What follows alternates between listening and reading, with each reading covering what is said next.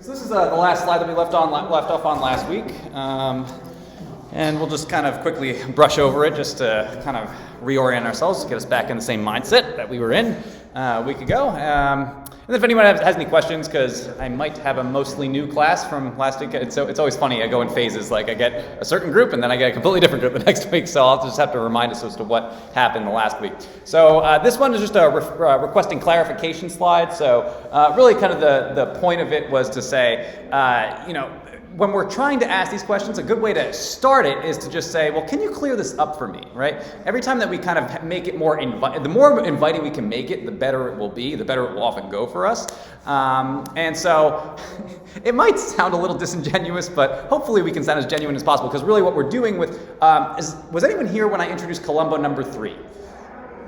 No. Okay, so let me just kind of get that out there. So Columbo number 3, actually, before we do that, what's Columbo number 1? Who knows that? Let's reach back into our memories. Where is it? It's in there somewhere. What do you? There we go. Good. Hey, Paul. Come on in and join us. Yeah, very good. We just started a second ago. Yeah, so what do you mean by that's the first question? The point of Columbo number 1 is to gather information. You want to know what their view is, okay? And then what you would follow, after you kind of establish that, you kind of know what their view is. Are they an atheist? Are they, pluralist? Are they, Islam, Muslim or whatever? Okay, now we have to find out how they came to the conclusion that their view is correct. And so you ask them that. So, okay, how did you come to the conclusion that Jesus is not God? Right, and so then you kind of have their rationale, and then finally, when you get to your Columbo number 3, you're doing you're asking a question in order to make a point. So, and this is the one that takes the most, I guess, skill or finesse. In a way, the first two don't really require any actual skill. You're just asking a question, and you're just getting information from them. This one's targeted. So now that you know that they're a Muslim, and you know how their rationale for being a Muslim, right, or whatever. Now there's certain things that you might know about Islam that they reject that Jesus is deity, right? That he is God. And so you might ask, well, okay, so if Jesus isn't God, then how did he rise from the dead? How did he know all these prophecies or how did he fulfill all these prophecies which predicted that he would be God? How do you reconcile his claims to deity, right? Where he says that I am the way, the truth, and the life. No one comes to the Father except through me. Or even more direct ones say as he claimed having the right to forgive sins, right, which is something that only God can do. So you might want to ask this question. So if Jesus isn't God, then how do you reconcile these claims that he would make, which had deity in them? Right? And that would be kind of an example of a Columbo number 3. So just kind of get that out there. So requesting clarification. Now we know what a Columbo number 3 is. That's essentially what's going on with these 3 types of questions. So, and we're just always prefacing it by saying, can you clear this up for me? Just so that we're kind of softening that question with more of like an inviting question, right? So can you help me understand this? If the Bible were merely written by men, how could it contain fulfilled prophecies? Right, and so now they have to kind of make sense of that. So if and this is something that people will say, they'll say that the Bible isn't really God's word because men wrote it, right? And so then you can follow that up with asking, well, if it really was written by men, then how do you account for the fulfilled prophecies? I mean, we have documentation that predates the Gospels. Like we actually have the manuscripts before Jesus even was alive.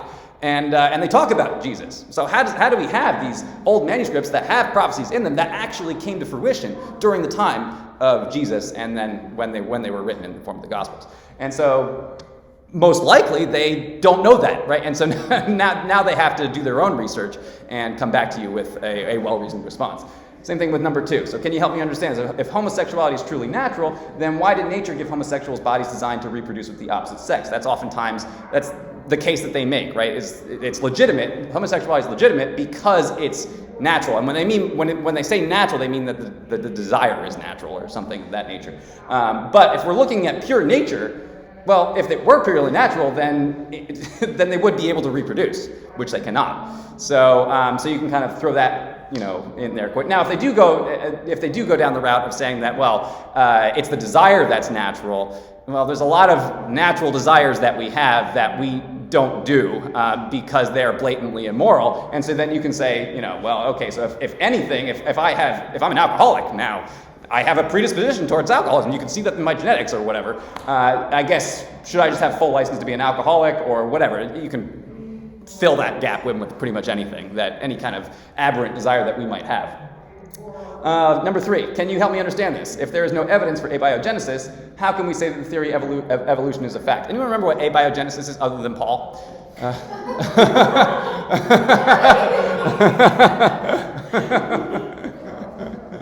So abiogenesis is life coming from non-life, right? So, which is a major gap in evolution, right? They can explain, oh, okay, once you get the amoeba, well, now you just get multiple amoebas that turn into, fish and all sorts of jellyfish and vertebrates and whatever, and everything kind of diversifies from there. But they can't explain how the amoeba got there to begin with, right? Which that seems like your castle's, on a foundation of sand.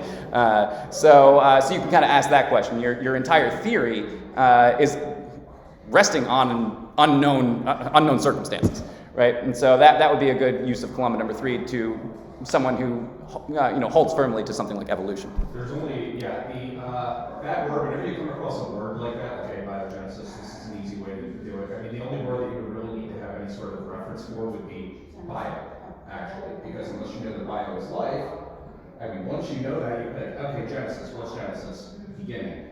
A, like atheist. That's literally A is the opposite in any Greek word like that. So you would say A, so not life beginning. So beginning from no life. Perfect. All right, so now when we come up with any other Greek words with all that in there, we know what to do. All right, very good. All right, so a dialogue on homology. So, oh wait, I gotta get a 10. I'll just get that at the end, whatever. So what I like about this class is that you get story time every now and then. So we're going to do a dialogue on homology, and we're just going to kind of talk about it after we're done. So this is page 62. Okay, so this is a conversation between a teacher and a student on the subject of homology. You're all like, I have no idea what homology is, and that's okay, because I'm going to talk about it as we go through it. So the teacher says, okay, let's start today's lesson with a quick review. Yesterday I talked about homology, which is how different organisms show remarkable similarity in the structure of some of their body parts. Homologous features, such as the vertebrate limbs shown in your textbook, provide us with some of our best evidence that living things have evolved from common ancestors. So the student raises his hand. I know you went over this yesterday, but I'm still confused. How do we know whether features are homologous? And so the teacher says, well, if you look at vertebrate limbs, you can see that even though they're adapted to perform different functions, their bone patterns are structurally similar. And so the student says, but you told us yesterday that even though an octopus eye is structurally similar to a human eye, the two are not homologous. And so the teacher says, that's correct. Octopus and human eyes are not homologous because their common ancestor did not have such an eye. And so the student says, so regardless of similarity, features are not homologous unless they are inherited from a common ancestor. And the teacher says, yes, now you're catching on. So the student says, well, actually, I'm still confused. You say that homologous features provide us with some of our best evidence of common ancestry, but before we can tell whether features are homologous, we have to know whether they came from a common ancestor. And the teacher says, that's right. So the student says, I must be missing something. It sounds as though you're saying we know features are derived from a common ancestor because they're derived from a common ancestor. Isn't that circular reasoning? All right, so kind of a funny little exchange there. So the way it starts out, apparently, the day before, the teacher was teaching the class about homology, right? And the whole point of teaching the class about homology is because it provides us with some of the best evidence that we've come from common ancestors, right? And so what we're trying to prove is that we came from common ancestors, right? And homology is our mechanism for doing that. And so the student then raises his hand, right? And he's like, well, wait, because you told us yesterday that octopus and human eyes look pretty similar. I mean, look at that. It kind of looks like a human eye, doesn't it? So, we both have human eyes, but you say that they're not homologous because we didn't come from a common ancestor. And so we're assuming that we didn't come from a common ancestor at the beginning. So it's circular reasoning because we're using homology, supposedly, to prove that we came from common ancestry. But in order to know if it's homologous, we have to know that it came from a common ancestor. And so around and around we go. That's a logical fallacy there. So I think the reason why this came up in the book was you're watching this student kind of use some of these Columbos in that questioning process, right? And kind of one of the most obvious ones is the second one. He says, I know you went over this yesterday, but I'm still confused. And so that's, this is kind of a nice, humble way of saying that I must be missing something. Can you explain this further? And this is how we want to kind of engage the culture when these kinds of things come up, right? And he follows it up with his Columbo number 2 question: how do we know whether features are homologous, right? And this is a Columbo number 2. It says, how'd you come to the conclusion that these features are homologous, right? That's essentially what he's doing there, right? And so he kind of goes through his rationale, right? Well, with the vertebrate limbs and how they're structurally similar, and then he says, but you told us yesterday that even though an octopus eye is structurally similar to a human eye, the two are not homologous, right? And then here's his Columbo number. I would probably categorize this as more of a Columbo number 1. So when the teacher says that's correct, human eyes are not homologous because their common ancestor did not have such an eye, and he says, so regardless of similarity, features are not homologous unless they are inherited from a common ancestor. So he's like, what do you mean by that? You seem to be. He's like starting to think this is circular reasoning. So do you mean to say that regardless of similarity, features are not homologous unless they are inherited from a common ancestor? So we can kind of see him using that. What do you mean by that type of question there? And then finally, at the end, after they've gone through the whole rigmarole, he says, it sounds as though you're saying that we know features are derived from a common ancestor because they're derived from a common ancestor. Isn't that circular reasoning? Ending it with that question, right? And so what he's doing right there is he's showing that the two views they're not compatible. Like, this is not something that actually makes sense. Obviously, you can't prove something is something by using the something as the proof, right? You can't have the conclusion as your hypothesis. Like that just doesn't work. So it sounds as though you're saying that we know features are derived from a common ancestor because they're derived from a common ancestor. Isn't that circular reasoning? So what we're trying to do with our Columbo number 3s is we're always trying to show that whatever their view is or their rationale doesn't match up with reality in some way. And our Columbo number 3 is kind of putting those two together and showing this doesn't work at all, right? And always doing it in question form, because anyone remember why we want to keep our, assertions, but why we want to ask questions in these kinds of discourses or in these kinds of interactions? Does anyone remember what advantage that gives us?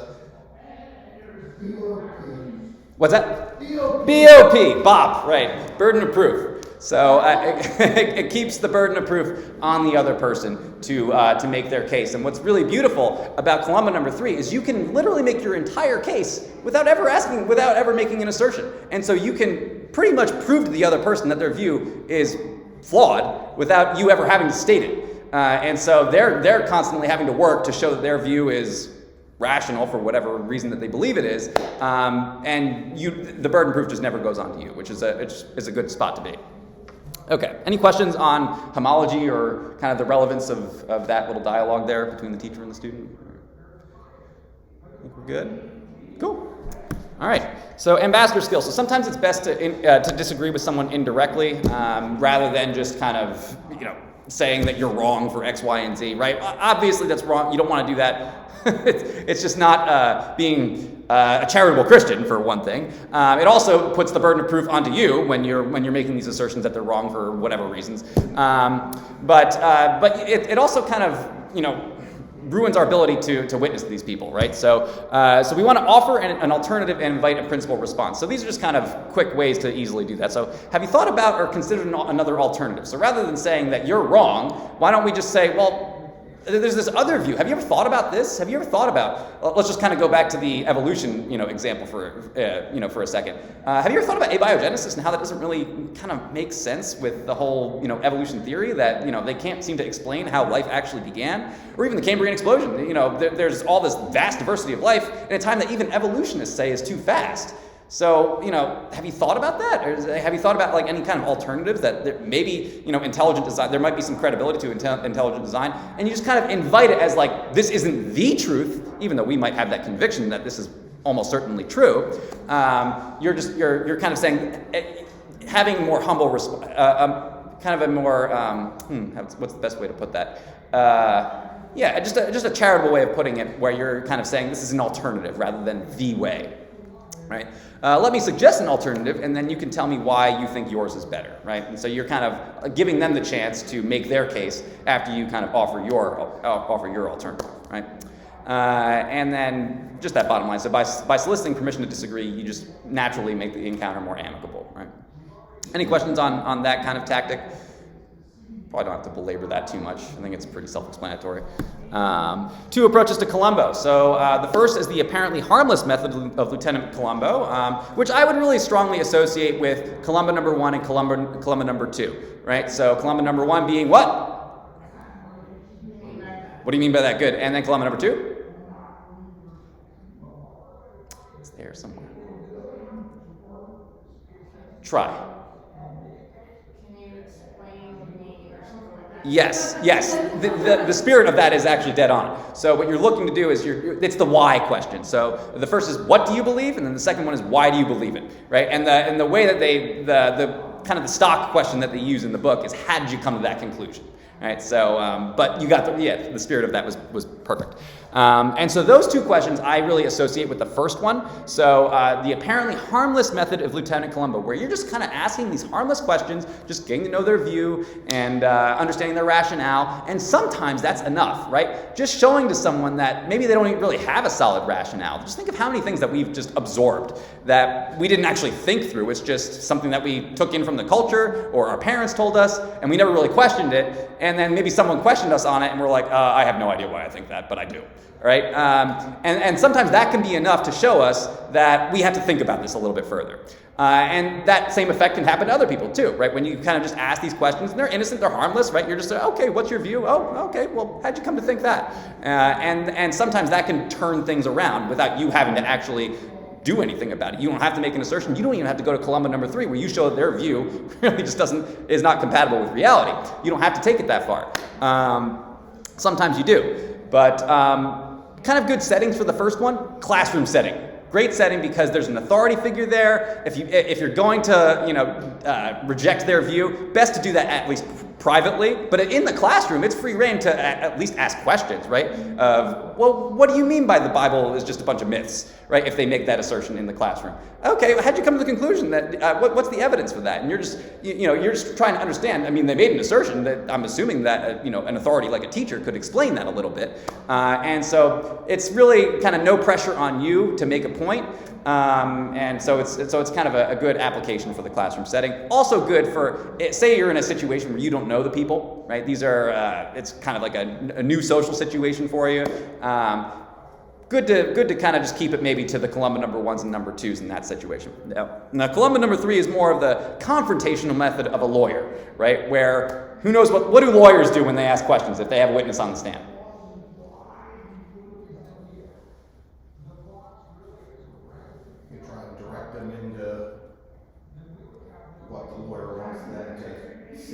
Right. They have a target, right?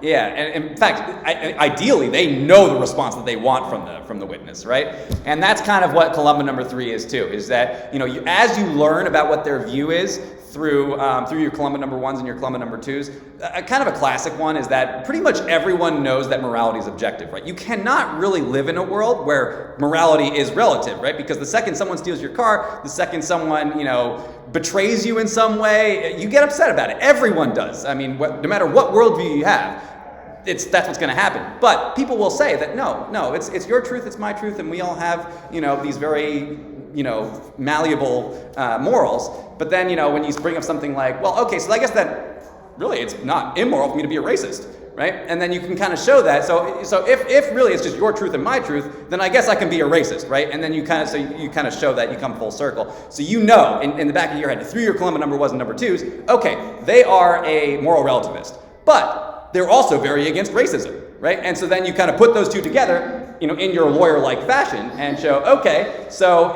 how do you make sense of that then? And that's essentially what you're doing in Columbo number 3. Better for people that you know a little bit better, right? Otherwise, people are going to get really, really angry at you, especially if you don't know them.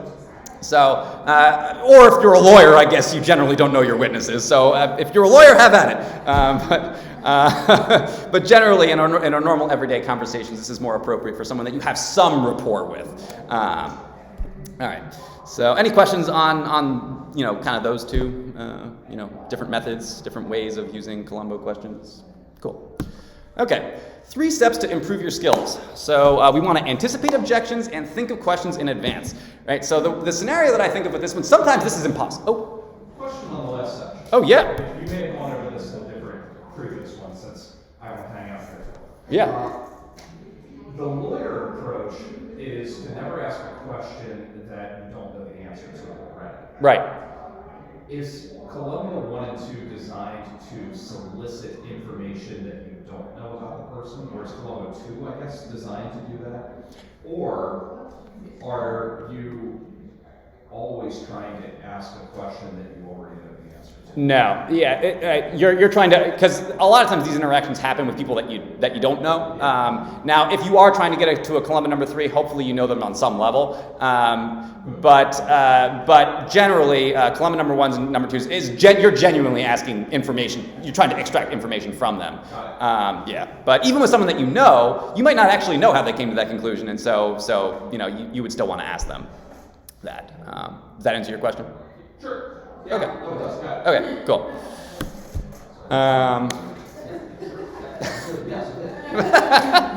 All right, very good. So first one. So anticipate objections and think of questions in advance. And now this might not always be possible, right? Sometimes these things spur of the moment, like someone just at work or whatever, or just your kid says something out of the blue, and you just had no way to anticipate it, and so you don't have any questions to prepare.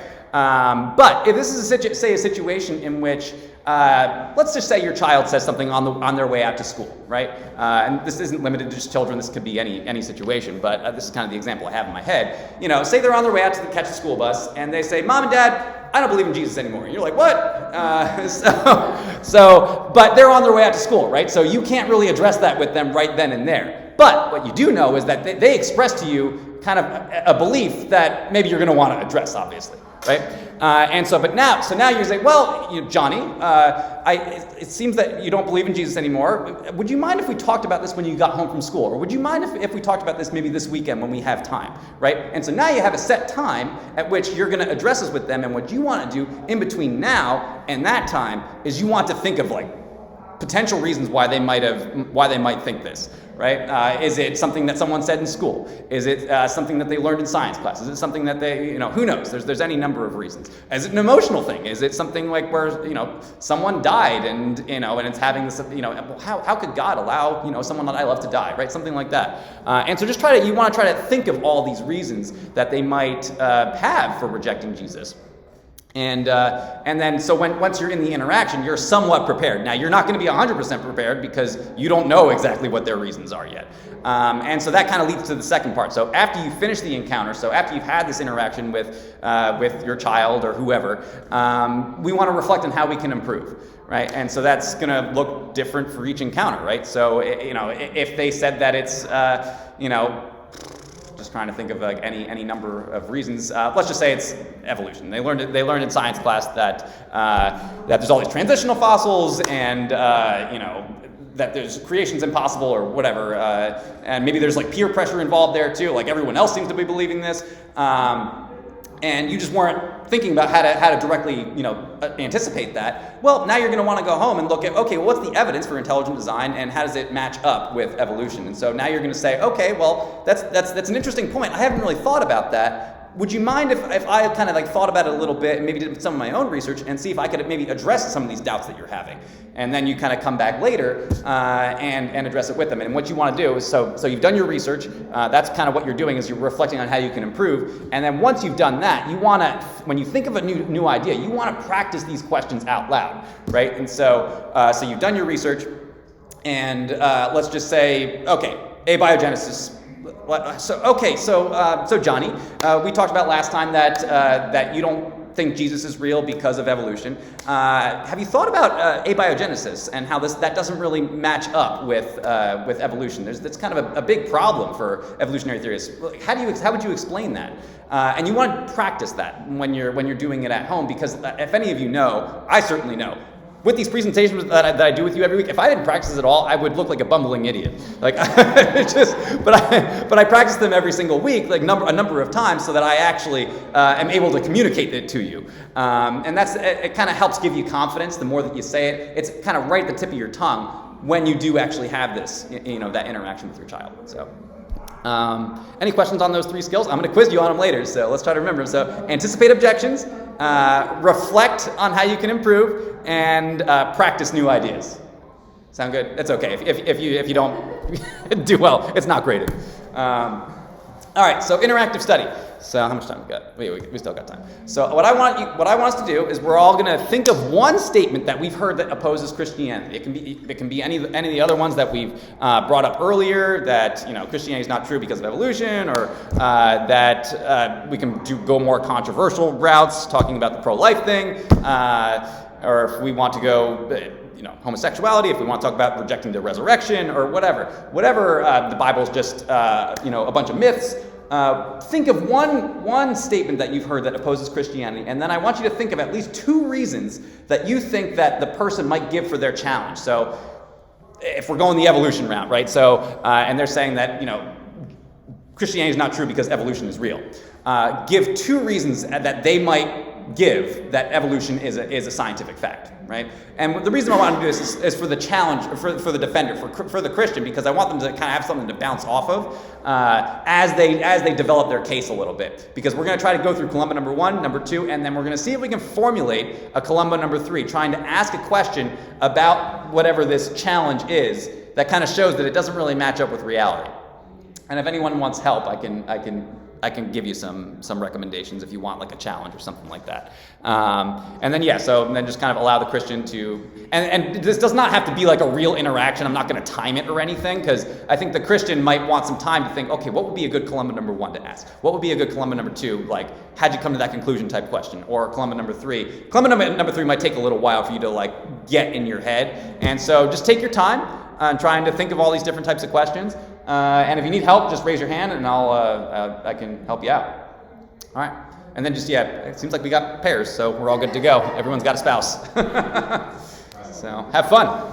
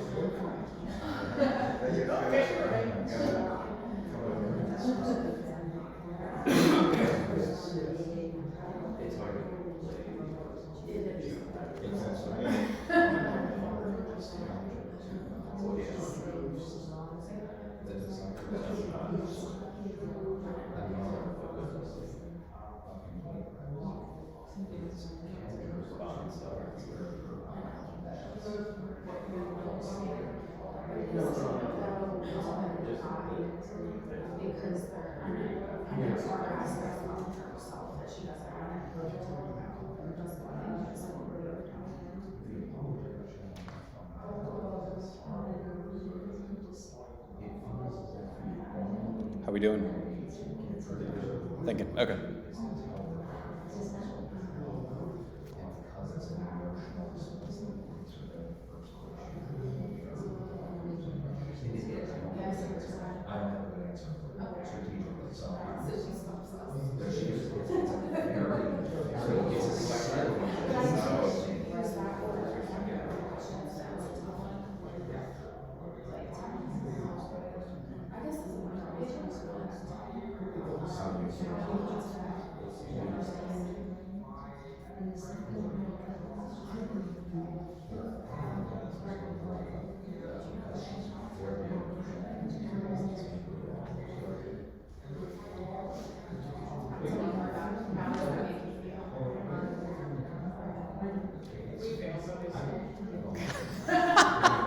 I'm sure you guys do fine. It's hard. It's really hard. I feel like, I mean, not to make an excuse, but I feel like especially in our area where It's just, you don't get these challenges as much. Yeah. So, I get it. But that's why we practice them here. So what did you guys come up with, actually? well, we always think of is like why bad things happen to people. Okay. And it is the question of, well, first of all, why bad things, and then you get to, well, how do you have morality without, like, how could you define morality without it? Good. You actually went. That exact type of questioning actually is in this book, and that is a good use of Columbo number 3, because you're essentially asking, okay, well, how do you get evil without God? Because the assumption here is that, well, evil is what makes it so that God doesn't exist. That's kind of what people will say. How could a good God allow evil to happen? But you kind of take it full circle by asking that Columbo number 3 of, well, okay, well, by your reasoning, how do you get evil without God? And so that's a good one. We don't know what the answer would be. They would say, oh, you're right, there is a God. That's what we would say. Well, what would they say? Actually, that's not your job to figure out in this class. We were trying to get too far. Yeah. It's Columbo number 3. Because I think that first part makes it sound like you have to figure out what their reasoning would be for that. More for Columbo number 1, number 2, like what's your rationale, or but no, I think that's one that will catch them flat-footed, because I don't think a lot of them have thought about that morality, objective morality anyway, doesn't really exist without some kind of transcendent lawgiver, right? So I maybe it's someone that's reasoned through it. I'm trying to think of, I think sometimes they'll say, well, it's like culturally defined, right? Like different cultures have different morality, and that might, but of course that has its own problems. Morality. Right? It's Bush morality. Yeah. Everyone in culture is right from wrong. Right. Well, and then what if you get a regime or a culture that says it's perfectly fine? Yeah, to say, well, let's just kill people, willy-nilly. Is that good now? Yeah. There's a kind of an absurd conclusion that's downstream of that line of thinking. So that's good. You actually did exactly what I asked you to do. A+. Good job. All right, why don't we reconvene so we can see what people came up with? Actually, do you guys want to share kind of what your kind of rationale and line of reasoning was? Our statement was that the existence of evil or bad things happening to good people kind of would prove that there's not, that Christianity's wrong. Right. So, and the two reasons that we came up for that were, Well, we would ask why, how do you find good, how do you find good people, and how do you find evil? And then we get to, well, how can you have evil without God? Like, how do you define morality without a God? Yeah. So that I think that kind of clearly shows kind of that line of, so you're trying to extract, okay, well, what do you mean by good? What do you mean by evil? Okay, how'd you come to the conclusion that you can have those without God? And then finally at the end, their Columbo number 3, right, was it actually kind of almost reverses the premise, right? The premise here is that, the fact that there's evil disproves God's existence. But then you say, well, without a moral standard defined by God, how do you get evil, right? And that's kind of where that goes. It's a really cool flip. The moral argument is just one of my favorite arguments for God, especially because oftentimes people use morality to disprove God. So that's a really cool example. So thank you guys. Kate and Josh, what did you come up with? So basically, like, the whole homosexuality thing. Yeah. Like, why are Christians against that, basically? Okay. One of the reasons was love is love. If Jesus is love, what's the problem? It doesn't matter if you're a guy, girl, or... So that's their rationale. Like, that's, okay, good. Oh, it's biology. Biology, the other reason it's biology. It's a genetic thing. They can't help it. Okay, good. And so who was the Christian defending? Okay. So what did the Christian come up with? well, I had to stay away from my natural Okay. Aside from that,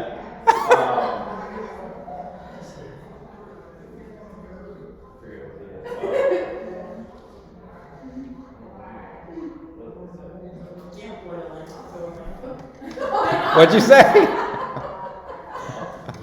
Oh, so we can't say that one. You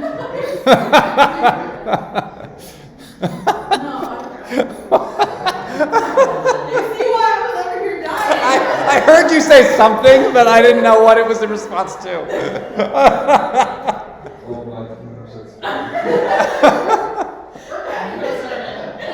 We're getting to a sermon, that's right. Wait, you didn't hear what I said just now? No, what? Well, Josh said you can't plug a lamp into a lamp. Okay, very good. No, we kind of knew what I was starting to think I will say that just because, like, love is not the end-all be-all argument for things, because you can love a lot of things that aren't good or wholesome. Right. You can love money, you can love drugs, you can love anything. Right. So that argument could be made for anything that just about anybody recognizes. Yeah, love could be used to legitimize just about anything. So that's good. Perfect. That was a good Columbo number 3 there. Paul and Kelly. So why would I believe in a God that's constantly watching for me to make mistakes? Okay. I shared that before. That's literally something that was told to me. So Yeah. And then You can disclose the source. And no, I did before it. So it was Paul's sister that said that to me. Okay. Strategically when Paul wasn't there. Oh, well. Although he was a baby Christian at the time, right? He was still at that time able to argue that. Right. So actually he gave a little bit more insight on her that I actually didn't think of before. And so Aaron is very person. And so like knowing that, that's probably where that fear or concern is coming from. Okay. It literally is like she's rejecting the notion that God knows all. So, but I guess my discussion against that would be, well, just like a parent, both looks at what you're doing wrong, but loves you through that as Right. well. Why couldn't God be that way? Right. So, and then I can't remember the second one. Did we ever get to the second one? Let's go and call. Well, that was a good. That's a Columbo number 3, right? So you're using a question to make a point. Yeah, tell me more about where that thought came from, or where that. How did you put it? Something along the lines of. I put it in a very positive tone. That is a very unique answer. It's a very unique perspective. That desire for extreme privacy that God, in His person, His character, His omniscience, cannot give. So Right. that's such a unique perspective. Can you tell me what feelings brought you there? Yeah. Because That's she values feelings because privacy, Very desire for emotional. privacy is an emotional appeal. good. Yeah. Good. Yeah. Okay. That's. I always use that one because it stumped me. I mean, it's a. absolutely stumped me when she said that. That would catch me off guard too. It's Yeah. not an argument that I hear often against God or Christianity. It's It's not surprising to her. It fits the pattern because it's an argument against God's character. right. It's not one, I don't have. It's not. Yeah. The content is different. And Yeah. ultimately, if that's what she's afraid of, I mean, that is the truth. God does know all of the mistakes that we make. He does know all of that. So for somebody like that, it would make them very, very uncomfortable if they haven't experienced God's extreme love. for them Right. either, Right. I remember, like, when I was a little kid, I haven't thought about that in a long time, but when I was a little kid, the idea that God saw everything that I did, that was just terrifying to me when I was young, like that. And just as I got older, I stopped thinking about it, but I do remember that initial, like, primitive fear in that way. But yeah, as you get older and you can kind of see God's blessings, it kind of, you see both sides to it. So, very good. That was cool. Dale and Lisa. Our statement was, I'll make it simple, abortion. Okay. I realize, just disclaimer, there's different views on it. Yep. Two reasons, help me out.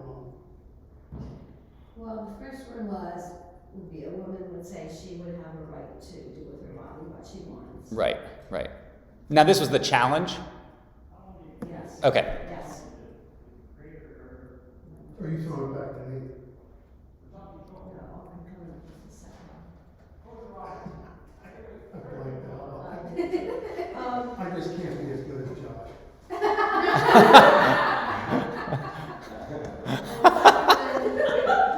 Me neither, man. Very few of us can. Another one would be like with the technology we have today, and if doctors are able to see there's like a deformity or something with the child, why would you want to bring that child into the world? Right.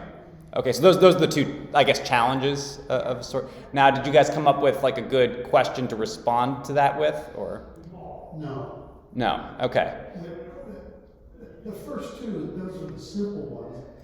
The third one, the one that was just going over today, Right. what What were your first two actually? What was your what were your Columbo number 1s and number 2s? you just asked, what do you mean by that type of thing? You just, Did you hash out maybe what they might think? no. Not really. Okay. No, that's fine. No. Just- But the third set I find extremely challenging. It is.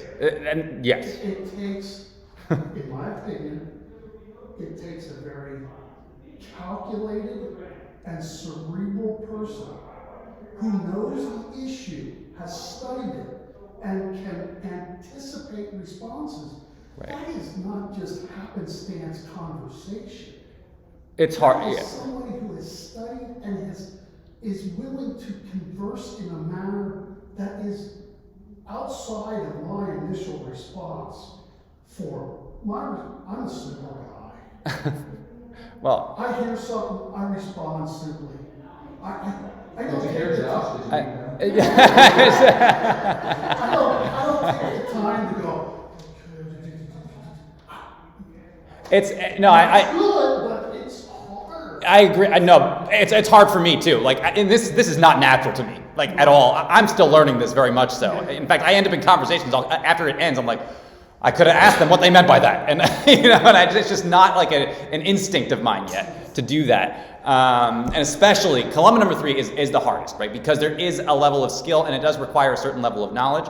But what kind of the point of Columbo number 1 and number 2 is to kind of give you some of that knowledge, and you might not get to a point where you can do a Columbo number 3. You just might not, right?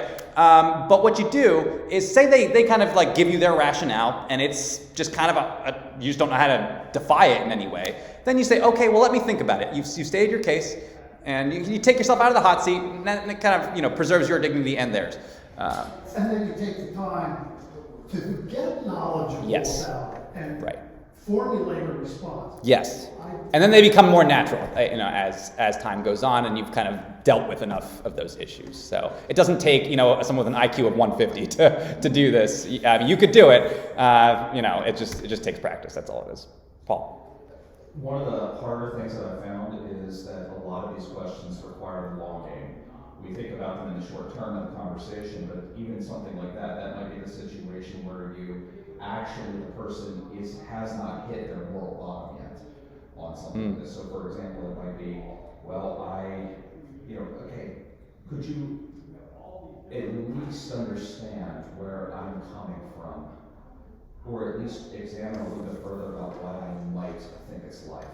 Yeah. And what they might do, interestingly enough, is go into this part where they begin to try to counter your desire for understanding why it's life. So over time, this is a really long game, that you might find that they shift their moral center further in a direction where they might be like, wait a second, hold on, this is a completely different person I'm talking to now. This is a completely different thing. And it's almost like waiting for the chessboard to be in the right spot, because you may end up countering the abortion issue with a different objection that they develop later on. When they realize the error in this, they begin to re-examine the rest of life. It is a really long game of chess. Chess, yeah, that's true. And we just have to remember that sometimes. We're not going to remember that we were talking about gardening and harvesting earlier in this class, and so much of this is gardening. Like it's very infrequent that I accept Jesus now, right? That happens. It happens, right? And I pray that it happens to all of us at some point where we are able to walk someone to Christ, make that final step. But just the major premise of this class is that most of the time we're just gardening, right? And we're just kind of shifting that window a little bit more towards truth, even if we're not going to get it all the way there in one shot. All right, but I think that pretty much it's 9:59 now, so we got to head up to worship. So let's all just bow our heads in prayer and just we'll head on up. Thank you, Lord, for bringing us in your house this morning, just to practice some of these tough questions a little bit, just to have a chance to interact with some friends in class and just learn a little bit more about how we can engage the culture in a way that shows them your truth. And we just pray that happens more and more in our lives, and may it happen today in today's prayer walk, and just be with the congregation during Paul's sermon, just shape their hearts to become ever more acquiescent to your will. And it's in Jesus' name we pray. Amen.